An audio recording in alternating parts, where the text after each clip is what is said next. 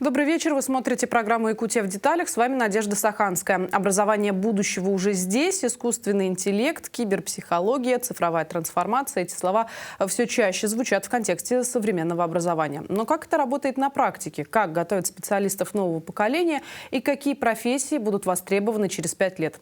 Выбор вуза – одно из самых важных решений в жизни каждого абитуриента. Наш сегодняшний гость продолжает дело своего отца, развивая одно из ведущих частных учебных заведений страны. Поговорим о развитии образования, новых технологиях и личном опыте в сфере высшего образования. Александр Валерьевич, здравствуйте. Да, добрый день. Давайте знакомиться. Ваш институт один из первых частных вузов в России. Ему уже 30 лет. И для коммерческой организации в образовании это ведь целая веха. Да, вы знаете, мы начали свои первые шаги в 1994 году. На самом первом этапе, наверное, развития негосударственного сектора образования. Ну и вот, да, как можно так сказать, что стали пионерами вот этого движения.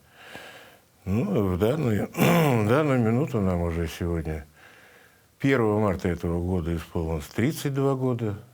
Ну и мы продолжаем развиваться, работать, улучшать механизмы образования и различных программ. И, естественно, собираемся продолжать и в дальнейшем делать качественно свою работу. Но образовательная организация называется Институт государственного администрирования. Казалось бы, должны учить будущих чиновников, но также подготовку проходят и юристы, и психологи, и IT-специалисты. Как вот за 30 лет трансформировалась миссия вуза? Совершенно верно. Значит, еще тогда, на моменте открытия нашего вуза, на нашем всеобщем совещании было принято решение основной идеей провести подготовку резерва государственных и муниципальных служащих. Ведь далеко не секрет, что в те годы очень хромала данная сфера в государственных органах. Вот такая идея родилась. И, естественно, она должна была быть обеспечена грамотными специалистами, прежде всего в области юриспруденции, экономики, в том числе и психологии, и педагогики. Кто-то же должен готовить данных специалистов. Поэтому вот основным направлением мы выбрали вот такую стезю и придерживаемся этого и в нынешней ситуации, я думаю, и в дальнейшем, за исключением, конечно, того, что мы обновляем наши программы, идем в ногу со временем, применяем какие-то инновационные технологии, в том числе и развитие искусственного интеллекта, о котором вы сказали, что это сейчас уже чуть ли не избитая фраза. Ну, получается, что так. А что-то неизменным осталось со времен вашего отца? Конечно, основная идея, она так и осталась. И отец, кстати говоря, до сих пор жив и принимает активное участие в развитии вуза. Он выполняет общественные функции, занимается научной работой и так далее. Да. И находясь в Москве на Ленинском проспекте, где наше основное местонахождение образовательного учреждения, он постоянно приходит на работу, организовывает какие-то научные совещания, вызывает сотрудников, также с ними работает, предпринимает какие-то шаги в области инноваций, в том числе независимо от того, что человек уже в возрасте и может, так сказать, и другой формации. Но нет, старается идти в ногу со временем, все нормально. В учебных заведениях обычно есть ведь еще что-то вроде доски почета, ими гордится наш факультет. И обычно с такими выпускниками связь поддерживают. Есть ли такая практика в вашем институте?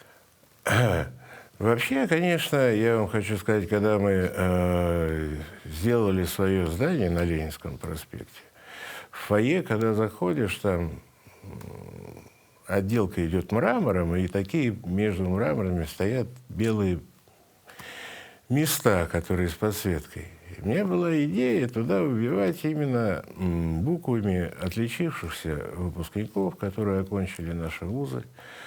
Вот. Но потом мы как-то подумали, что это будет не очень колоритно или правильно, но поддерживаем связь обязательно. А, кстати говоря, в том числе и здесь, в Якутии, наши выпускники тоже занимают определенные должности в муниципальных образованиях, ну, а где-то и в государственных органах.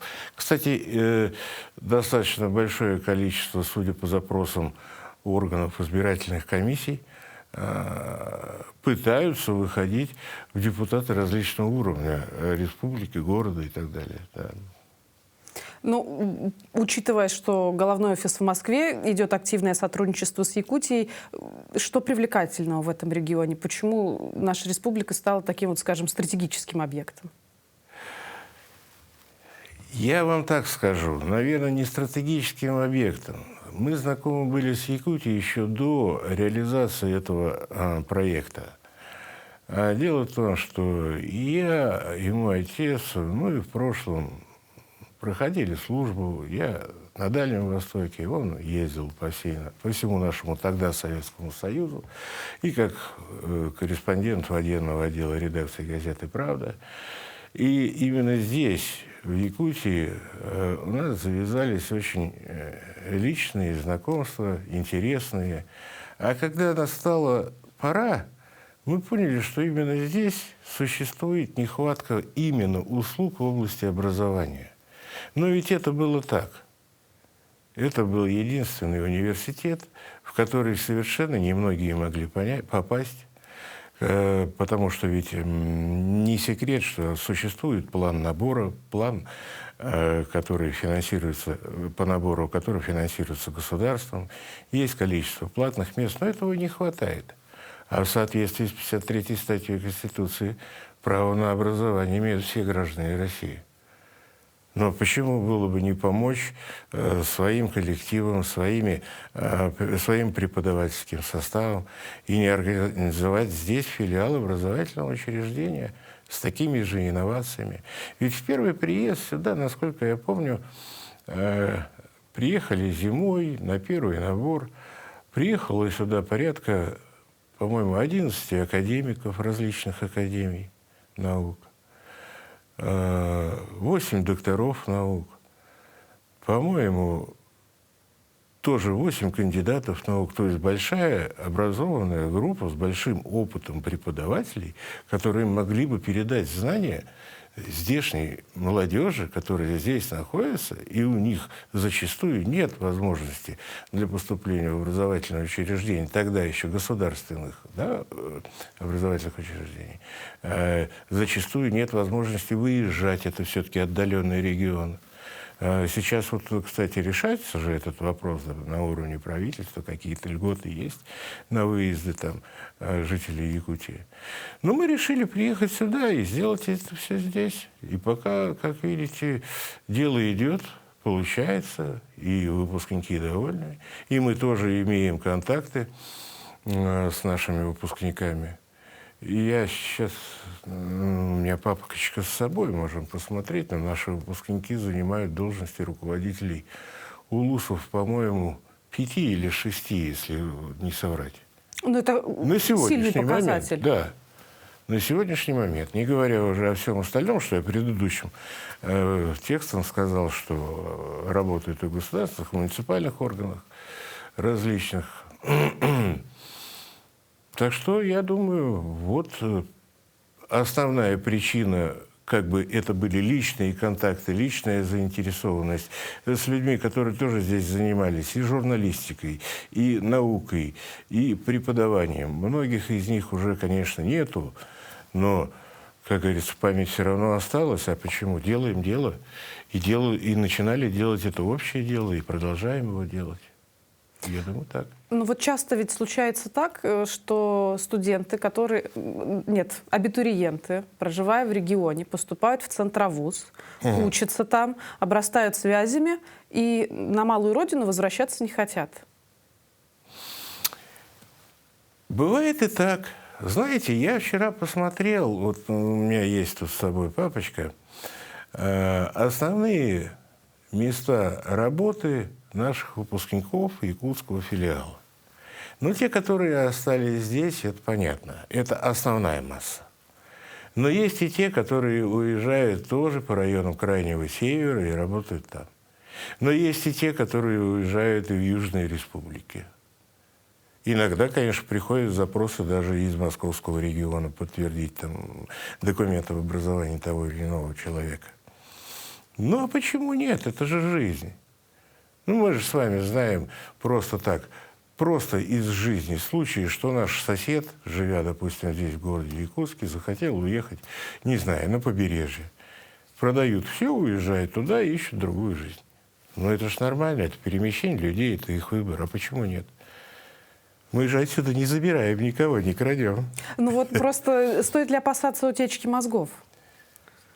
Да я думаю, что этого не надо даже опасаться, и даже можно так и не сказать, что это утечка мозгов, потому что если это правда хорошие специалисты, которые и уезжают куда-то, они все равно находят свое применение где-то в соотношении с решением вопросов данного региона или регионов Севера. Ну, это же обязательно. А потом, извините, если это хорошие мозги, так это хорошие государственные программы. Они так или иначе касаются не только Якутии и не только Москвы, например. Так что я думаю, здесь ничего страшного, наоборот, это интересно, это есть перспектива у людей в планировании их дальнейшей жизни. По-моему, нормально. Вы отметили, что иногда поступают запросы подтвердить документ об образовании. Это нормальная абсолютно практика, когда Да. работодатель хочет удостовериться в том, что диплом настоящий.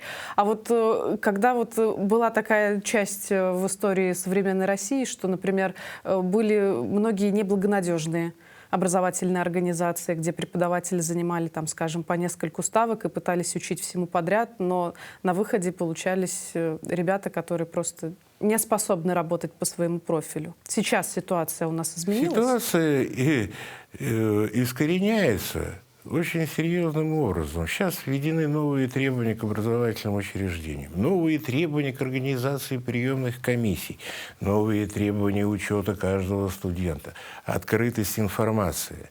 Те образовательные учреждения, так называемые, о которых вы говорите, основная масса их уже не существует.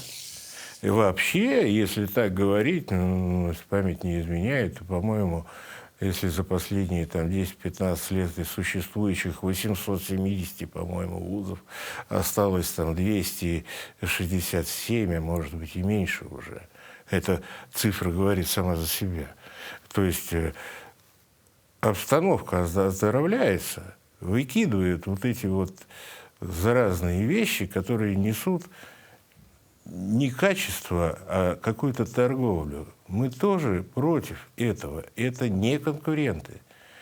Это нельзя допускать в нашем государстве и обществе. Так что, так или иначе, это все уходит в прошлое. Ну да, чаще всего же основная миссия — это вырастить конкурентоспособного, высококвалифицированного специалиста. Да. И если, допустим, в последнее время до определенных событий мы очень сильно стремились там, к объединению с Европой, говорили о Болонском соглашении, о едином образовательном пространстве, вот, то на сегодняшний день мы работаем над созданием обратно собственной школы. Да, это достаточно трудоемкий процесс, но мы можем это делать. Пока есть еще специалисты, которых... И мы теперь их готовим. Но и есть еще те, которые могут передать свой опыт. И этим надо заниматься обязательно, иначе все загнется. Ну вот, кстати, о болонской системе. Люди отучились, стали бакалаврами, возможно, кто-то даже магистрами. Это же не значит, что сейчас их дипломы станут просто недействительными, потому что у нас система образования поменялась? Нет, конечно. Дипломы эти будут признаны обязательно. И более того, сейчас идет разработка вопросов, связанных с открытием специализации. Думали сделать определенно, что сделать это в этом году. Но, видимо, еще не успели пройти апробацию в некоторые направления, специальности и так далее. Но все идет к тому, что мы будем готовить специалистов, которые будут востребованы в обществе. Ну, основной вопрос здесь был бы вот какой. Если мы касались там болонской системы образования, бакалавров, магистров, если смотреть на ту же Европу, то выпускник там какого-нибудь университета, не знаю, допустим, во Франкфурте, бакалавр, мог идти на работу, и государство ему говорило, что, имея образование бакалавра, вы имеете право на совершение таких-то, таких-то действий в области применения вашей трудовой деятельности. И ваша зарплата будет такая. Но если вы продолжаете свое образование, вы выходите магистром, у вас открывается более широкий спектр применения ваших знаний, ваших умений. И, естественно, обеспечение материально становится выше. Мое мнение, что и нам было бы неплохо обратить внимание именно на требования работодателей к нашим выпускникам. Не только к нам, как к структурам, дающим образование, навыки, опыт, да, какую-то практику, но и что хотят работодатели. Какие требования они предъявляют. И если бы это было сведено в единый какой-то государственный реестр или документ, это гораздо упростило бы и порядок подготовки таких специалистов для образовательных учреждений, и их применение в обществе после окончания образовательных учреждений. И это неплохая мысль, хорошая идея. Ну, по крайней мере, мне так кажется. Ну, это же опыт мировой. Ну, идея хорошая. А разве госкомзанятости не должен этим заниматься? Ну, не могу указывать государственным органам, кому и чем надо заниматься. Действительно. Давайте поговорим о специализации. В последнее время, что называется, модным становится междисциплинарный подход, а с развитием искусственного интеллекта еще и применение нейросетей, там, скажем, психология плюс киберпространство. Да. Не является ли это заигрыванием с модными словами? Не думаю, что это является именно заигрыванием в какой-то степени, но на самом деле сегодняшняя ситуация требует от любого направления образовательного образования, науки, именно сдвигов в области вот этих перспектив технологий искусственного интеллекта, компьютерных технологий и так далее. Но это может применяться в любом направлении, в любой области, в том числе и в психологии. А, кстати, я вам хочу сказать, это исключает однобокость, понимаете, восприятия того или иного вопроса, когда мы готовим нашего специалиста для жизни дальше в обществе и применения его. Однобокость, ну, вот, например, был один такой, могу привести пример, тоже на уровне государственных органов. Президентом была поставлена задача разработки вопроса человеческого капитала. На это выделялись определенные средства для научных сообществ. И вы знаете, мы со стороны наблюдали над решением этой проблемы. Основная масса специалистов ударилась только в одно направление. Это я как пример привожу. Экономическое обоснование человеческого капитала в обществе. Именно экономическое. Через какие-то финансовые рычаги пытаться управлять человеческим капиталом. А нет. Мы посовещались со своими специалистами, с психологами, с докторами наук. Мы практически создали определенную школу научную по рассмотрению и разработке вопроса человеческого капитала, который идет не только через решение экономических вопросов, а идет через решение психологических проблем. И это очень широкий спектр. Вот то же самое применение новых вот этих вот вещей в области разработки искусственного интеллекта, компьютерных технологий там, и всего остального, связанного с уточнением каждых задач в любой области, в любой направленности, оно тоже должно расширять спектр применения и точность обучения каждого специалиста в любой области. Ну, цифровая трансформация, это же не только, скажем, взял лекцию, загрузил на образовательную платформу. И это вообще не то. Мы сейчас говорим с вами о вчерашнем дне. Были такие говорящие головы, да в том числе даже в Советском Союзе была какая-то программа образования, когда мы могли включить телевизор и слушать лекцию какого-то там научного деятеля. Но это давным-давно неинтересно. Это вообще прошлый век. В 21-й мы зашли уже даже без этих вопросов. Если мы формируем какие-то вопросы, связанные с применением каких-то дистанционных технологий или чего-то еще, мы, естественно, используем уже инновации. Это не просто загрузка лекции. Это не просто мы говорим о том, что есть лекционный материал, тестирующий, методические рекомендации, вопросы для самоконтроля. Нет, это гораздо шире понятие. Вот. И, естественно, туда уже закладывается вот то, что вы называете цифровыми применениями технологий. И человек, который занимается изучением, вот вы знаете, например, раньше любой маломальский вуз должен был иметь свою бумажную библиотеку, был там установлен норматив на каждого студента, столько-то книг, столько-то пособий и так далее. Сейчас все они подключены к электронно-библиотечным системам. Ну, какая же это вам? Это удобство. Это удобство, это возможность изучения не только то, что лежит на бумаге и хранится где-то в архиве, да, то, что можно запросить. У тебя более широкий спектр, ты можешь смотреть на все, что происходит в этой сети интернета во всем мире. У тебя есть доступ к любым научным трудам, к любым направлениям, которые интересны. Ну, а разве это не расширяет интеллект любой особи, как говорится? Это и работу упрощает в какой-то степени? С одной стороны, да. Но мы прекрасно же понимаем, что любое образование, которое человек хочет получать, это прежде всего его желание, это самообразование. Если он не применяет никаких усилий, ну, и человек будет в этой области очень слаб. Как бы мы ни говорили, что у нас много дипломированных специалистов в области экономики или много дипломированных специалистов в области архитектуры или дизайна, ну, ради бога, но мы же прекрасно знаем, что специалист из этих тысяч появляется 1-2, а остальные находят применение свое в другой области.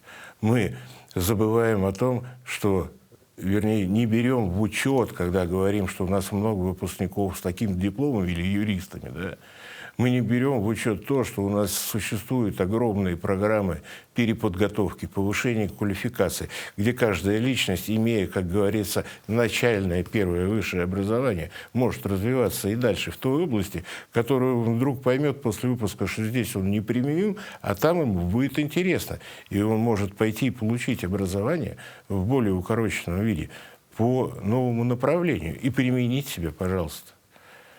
Так что я думаю, нормальная, здоровая конкуренция в любой области применения выпускников при трудоустройстве должна быть.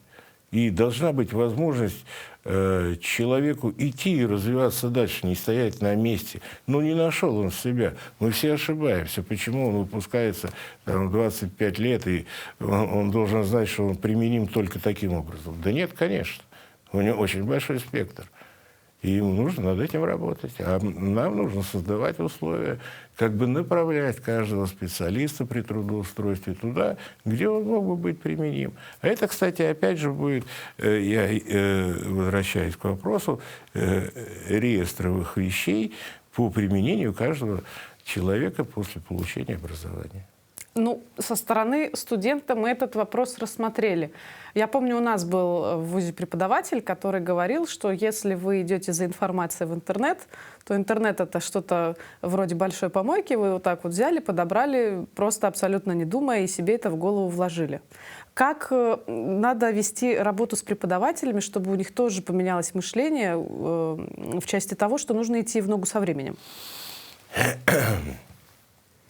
То, что касается повышения квалификации преподавательского состава, нормативные подзаконные документы выставляют определенные требования, с определенной периодичностью преподаватель должен повышать свои знания в такой или в такой области, в таком-то направлении. Вот. Это да, с одной стороны, где-то это формальная вещь, а с другой стороны, я вам хочу сказать, мы, допустим, столкнулись несколько лет назад с введением всего вот этого нового электронного, вплоть там до этих досок там, и компьютерных вещей, приложений, что мне, допустим, пришлось просто организовать специальные дополнительные курсы для преподавательского состава, чтобы обучить его пользоваться вот этими новациями, которые приходят от разработчиков. Потому что это было очень сложно. Мы закупаем новое оборудование, а преподаватель не умеет на нем работать. Значит, его тоже надо научить. Значит, мы опять возвращаемся к вопросу повышения квалификации, вопросу переподготовки любого специалиста в любой области, в том числе преподавателей. Обязательно. И требования, которые выдвигаются, а требования выдвигаются федеральным образовательным государственным стандартом, в котором расписывается все, вплоть до компьютерного обеспечения, программ компьютерного обеспечения, изучения той или другой области направления науки. И, естественно, мы этим занимаемся. Ну, нельзя же допускать никчемных, допустим, людей для того, чтобы они просто там зарабатывали деньги на каких-то часах. Нет, конечно. И более того, давным-давно введен конкурсный отбор преподавательского состава на замещение ими должности по той или иной дисциплине, которую он будет преподавать. А в конкурс входит именно его качественная подготовка по всем спектрам, по требованиям, которые сегодня выносятся к решению вопросов образования. Ну вот для государственного вуза, например, главная задача – это чтобы выпускник был потом трудоустроен. И очень хорошо, если будет трудоустроен по специальности. А для частных вузов какой KPI? Для частных вузов точно такая же востребованность и точно такие же требования, как и для государственных вузов, для выпускников, их трудоустроенности, применения и так далее. Ну, что далеко ходить, я просто вам скажу, что есть такая система HeadHunter, да, где вот ищут трудоустройство выпускники, да и любые работники, любые граждане. Ну вот эта система автоматически сформировала мнение по выпускникам нашего вуза. В прошлом году они выписали 2 грамоты. Они, конечно, не очень такого интересного информативного характера для общества не несут, но грамоты были выписаны за то, что у нас 100% трудоустроенных. Это не мы ведем. Нет, мы, конечно, ведем, куда наши специалисты уходят. А это ведет независимая компания, которая составляет статистику и выдает ее в общество. И мне было очень приятно. Я даже удивился, что такое за бумажки нам пришли. Оказывается, пожалуйста, получите. Я никого не спрашивал об этом даже. И ни сном, ни духом, как говорится, не думал, что это может быть применимо. Вдруг с потолка упадет, что у нас они все трудоустроены. Для меня это тоже было так не совсем доверительно. Но, однако, это показывает практика. Мы даже делали запросы и ранее на бирже труда по, значит, поиску работы нашими выпускниками. Трудоустройство практически 100%. Просто единственная разница, что государственный вуз, если он занимается трудоустройством, то он трудоустраивает специалиста на то место, где он должен там отработать контракт или что-то, то есть отработать стоимость своего обучения. Да. А у нас человек имеет право устраиваться по своей воле туда, куда угодно. Вот и все. Ну, с другой стороны, если, например, учиться по целевому направлению, зато гарантированно у тебя будет место работы. Не придется там листать те же самые странички в HeadHunter и проходить множество собеседований. Но, а с другой стороны, почему они там листают эти странички и ищут там себе работу? Может быть, это материально меньше там где-то получают? Может, их не очень заинтересовало и условия там этого труда или что-то, вот эта отработка. Может же ведь такое быть? Выпускники негосударственных вузов не имеют такого обязательства. Они трудоустраиваются сами. Ну, уже просто, можно, наверное, так сказать, более настырно. Они понимают во время обучения, куда они пойдут и что они будут делать. Они уже тогда ищут себе применение. И когда уже получают, как говорится, заветные документы, они идут туда и уже поднимают себя на другой уровень. Ну, здесь еще, наверное, большой плюс и такую немаловажную роль играет производственная практика. Если студент прошел, друг другу понравились, то почему бы туда не вернуться? Совершенно правильно говорите. Я вот этот вопрос очень сильно приветствую. Потому что именно производственная практика, она дает, нормально организованная практика, она дает и практику, и познание чего-то нового мира, а в том числе подбор работодателя в себе уже сотрудника. А сотруднику, естественно, работодателя найти. Это ж выпускнику. Это очень даже интересно. И этому вопросу мы уделяем, кстати, очень большое внимание. А вообще сейчас у нас практически по каждому направлению мы призвали человека на преподавательскую работу, который имеет именно практический опыт применения, да, который может руководить предприятием, организацией, не знаю, там, чем угодно. Но он имеет практику жизненную, и он приходит и преподает это в аудитории. Независимо от того, имеет ли он ученую степень или нет. Но это нормальная, понимаете, перспективная работа, которая позволяет выпускнику оглядеться вокруг и понять, что вот практически я могу себя применить. А как это сделать практически? Очень, кстати, большой вопрос применения тех же юристов, которых очень много, как говорят, у нас стало. Ну так вы им дайте практическое применение. Пусть практик с ними занимается. Пусть им ведет занятия ведущий адвокат, например. Может быть, судья, которому не разрешено в соответствии с законом заниматься педагогической деятельностью, научной. Те же сотрудники, может быть, прокуратуры. Это и для них интересно. Многие, кстати, приходят, которые практически могут себя показать. Да? Я говорю, а зачем? Ну, есть работа, есть оплата, есть все. И интересно. И интересно заниматься преподавательской деятельностью. Вот хоть в каком-то размере. И это не окупает наши потребности. Это окупает наши моральные интересы. Это говорят люди, которые практически занимаются каким-то вопросом. И это очень интересно для студентов. Не для всех. Многие приходят отбывать номер, так же, как и в государственные вузы. И как-то везде такое было и будет, это не искоренить. Но те, которым это интересно, они с удовольствием посвящают именно такие занятия. Ну, скорее всего, если есть энтузиазм у преподавателя, который такой вот заразительный, причем положительно заразительный, это сказывается на студентах. Конечно, обязательно. Ну, опять же говорю, это не стопроцентное применение, это не может являться каким-то таким колдовским зельем для того, чтобы они получили все знания. Заставить нужно человека учиться, но это очень трудно. Главное желание. Главное выбор и главное желание самого обучающегося, да. А вот если спрогнозировать такое недалекое будущее, примерно через 3-5 лет, какие-то новые направления или форматы обучения вы планируете запустить? Вы знаете, приходится реагировать, естественно, на все нововведения в обществе и влияние всех этих новшеств и на обучение, и на научный там, прогресс и все остальное. Конечно, придется рассматривать новые направления специальности. Сейчас мы там, допустим, сделали направление бизнес-информатики, сделали направление искусственного интеллекта и машинного применения выпускников. Есть одно из направлений таких.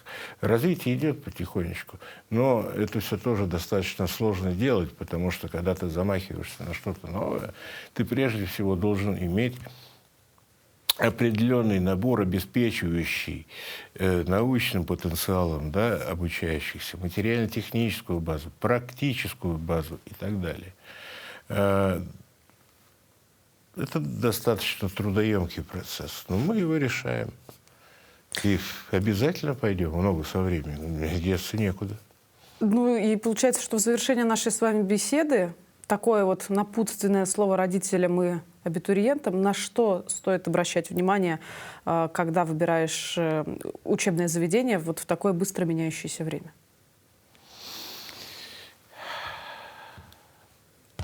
Ну, как обычно, мы все знаем, что выпускники школ, за них пока думают родители. И вот родителям прежде всего нужно тоже углубляться в проблемы, перспективы развития всего, что вокруг нас окружает. И пытаться доводить это немного до своих детей, заинтересовать их какой-то проблемой. И, может быть, тогда им будет легче в выборе своей будущей профессии, но не заставлять, не навязывать. Нужно находить именно те точки, которые психологически в этой личности маленькой есть, заложены, и которые можно развивать и давать дальнейшие перспективы или образование в той или иной области. Иначе это будет мучение для самого студента, да и для родителей тем более. Вот. Ну, это очень такие личностные характеристики каждого. В семейных отношениях, как говорится, каждая семья потемки. Ну, думаю, что работать просто с детьми надо. Вот мои выбрали кто службу, кто связи там, с общественностью. Маленькая моя, она еще ничего не выбрала, в детский сад ходит. Живет лучшую жизнь. Вот. А там будем смотреть, ну тоже все-таки даже вот на такого маленького человечка смотришь, куда же ее тянет, куда там ее перекашивает, что там интересуется. Дальше надо это развивать. А те, которые уже выросли, надо, не знаю, почаще на выставки ходить, какие-то вот мероприятия посещать. Ну, общего развития. Может быть, куда-то и выведет. Ну, да, потому что учиться, и уж тем более потом работать после окончания учебного заведения придется ребенку, а не родителям. Конечно, конечно. Александр Валерьевич, большое спасибо, что пришли сегодня, нашли для нас время. Вы такую пищу для размышлений оставили, если честно. Вот. Ну, было очень приятно с вами поговорить, и вопросы достаточно интересные. Что смог, как говорится, ответил, осветил вот эту проблему. Ну и здесь, я думаю, мы тоже эти вопросы поднимем до сих пор и решаем. И здесь, в Якутске. А мы, кстати, в 95-м году здесь открылись. Так что тоже больше 30 лет. И в этом году тоже будем осуществлять наборы. Пожалуйста, подходите, советуйтесь, все будем решать. Хорошо, возьмем на заметку, а вы по возможности приходите к нам еще. Обязательно. Спасибо. Все, спасибо. Ну что ж, на этом выпуск программы «Якутия в деталях» подошел к концу. С вами была Надежда Саханская. Смотрите нас по будням в 19:15. Расскажем обо всем в деталях.